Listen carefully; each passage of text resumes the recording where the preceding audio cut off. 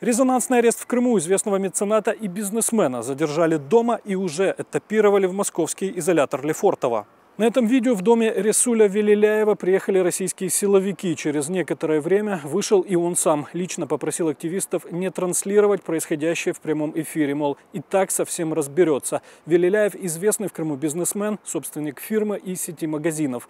Также он меценат, спонсировал крымско-татарские культурные проекты и строительство мечети. Обыски провели и у его сотрудников, и в домах сестры и двух сыновей. Велиляева обвинили в производстве или хранении товаров, которые не соответствуют условиям безопасности. 2 месяца бизнесмен проведет в Москве в Лефортово. Это изолятор ФСБ, из которого на свободу не возвращаются, написал на своей странице в соцсети российский адвокат Николай Полозов. Правозащитники и активисты считают, что дело против Велиляева призвано запугать всех крымских татар в Крыму. Вот эти обстоятельства столь значимой фигуры, которую брали в такой спецоперации и вывезли сразу в Москву, мне подсказывает мой опыт, потому что слишком похоже, да?